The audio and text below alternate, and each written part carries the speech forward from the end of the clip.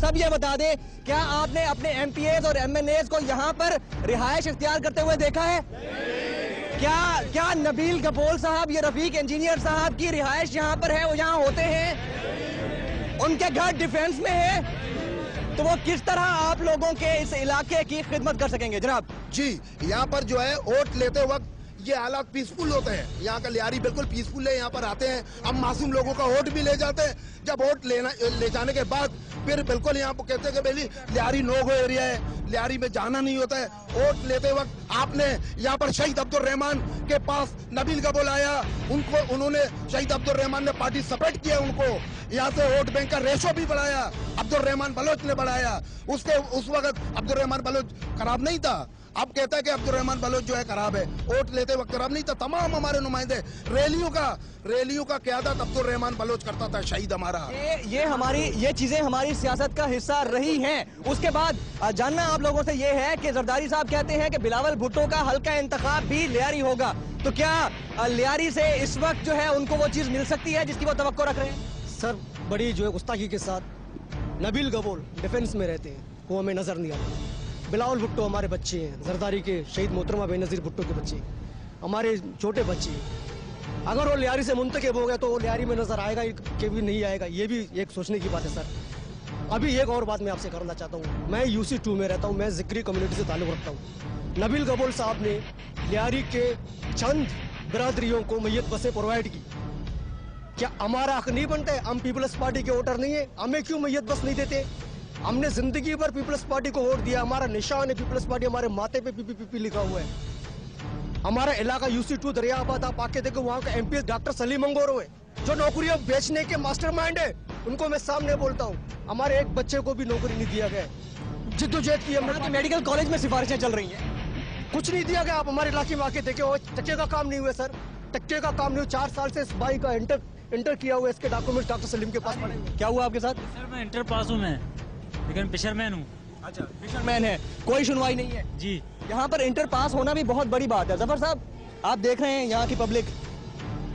जी बिल्कुल सर, ये मैंने पहले आपको कहा कि बेरोजगारी हमारा यहाँ का सबसे मेजर मसला है, क्योंकि जिस तरह दावे किए जा रहे हैं कि सिंध हुकूमत ने गुज़िश्ता 4 सालों में 80,000 बेरोजगार नौजवानों को रोजगार फराम किया, तो लेकिन अगर लियारी इनका दिल है, लियारी के बगैर पीपल्स पार्टी धड़कती नहीं है, तो उस 80,000 नौकरियों में लियारी का ऐसा क्या दिया गया है और लियारी को जो इस नुमाइंदों के जरिए दिया गया है, तो मेरे दोस्त, तो लियारी के उन नुमाइंदों ने वो नौकरियां अपने अल्ले तलल्लो को बांटी हैं। और लियारी का जो बेरोजगार है, लियारी का पढ़ा लिखा नौजवान है, लियारी का बॉक्सर है, लियारी का फुटबॉलर है, लियारी का जो पढ़ा लिखा नौजवान है, वो आज भी डिग्रियां लेकर इन नुमाइंदों के घरों के दफातरों के चक्कर काट रहा है और वो मायूस है।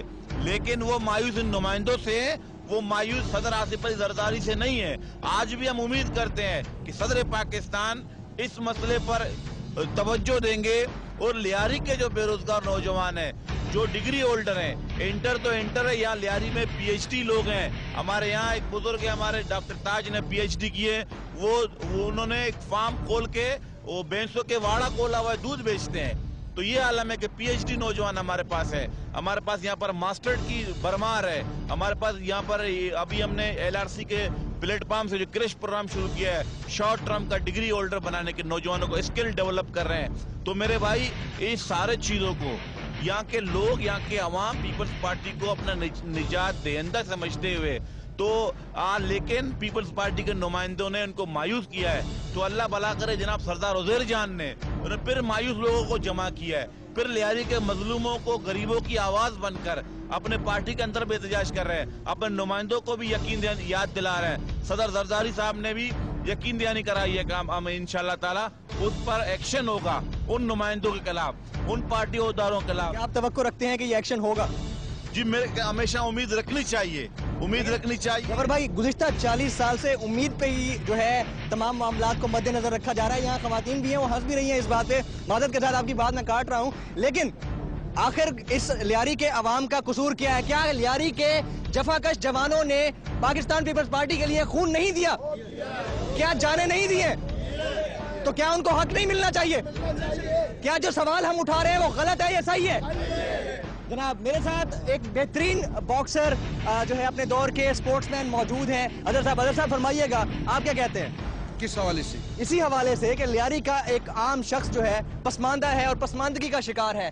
आपके भी बच्चे होंगे, उनके मुस्तकबिल के हवाले से क्या देखते हैं? लियारी में तो स्पोर्ट्स के हवाले से सही सरगर्मियां जारी हैं, अलबत्ता बेरोजगारी बिल्कुल आम है। क्या स्पोर्ट्स के हवाले से भी गवर्नमेंट उसी अंदाज से एक्टिव है जिस अंदाज से उसको होना चाहिए, जितना टैलेंट लियारी में? एक्टिव नहीं है। नहीं है? नहीं, फुटबॉल के हवाले से, बॉक्सिंग के हवाले से, साइकिलिंग के हवाले से और जो है वो जिमनास्टिक के हवाले से लियारी के बुनियादी खेल हैं, उसमें गवर्नमेंट इतना एक्टिव नहीं है। अलबत्ता यह है कि खेलों के मैदान उन्हें आबाद की, बॉक्सिंग क्लबों को बना रहे हैं और गवर्नर साहब ने एक मरतबा ऐलान किया था कि वो 5 करोड़ रुपए देंगे, 4 करोड़ रुपए ये मैदानों के लिए और 50 लाख रुपए डिस्ट्रिक्ट साउथ बॉक्सिंग के लिए और 50 लाख रुपए डिस्ट्रिक्ट साउथ फुटबॉल के लिए। वो नहीं मिले, अभी तक नहीं मिले। नहीं मिले हैं? नहीं, वो यही तो पूछना चाह रहा हूँ कि लियारी का टैलेंट स्पोर्ट्स के हवाले से क्रीम तस्वर किया जाता है पूरे पाकिस्तान में। उस वक्त भी अगर उनको इस तमाम चीज से जो है फायदा नहीं हो रहा तो कैसे फायदा होगा? फ़ायदा तो उस वक़्त होगा कि जब लियारी के जो बस्तो कुशा के मालिक हैं, जो लियारी से वोट लेते हैं, वो अपनी जेब न भरें, लियारी के अवाम पे खर्च करें फंड को, तो फिर मसला हल होगा। गुज़िश्ता 40 साल से ये जेबें ही भरी जा रही हैं। बल्कि मैं समझता हूँ कि 63 सालों से जेबें भरी जा रही हैं।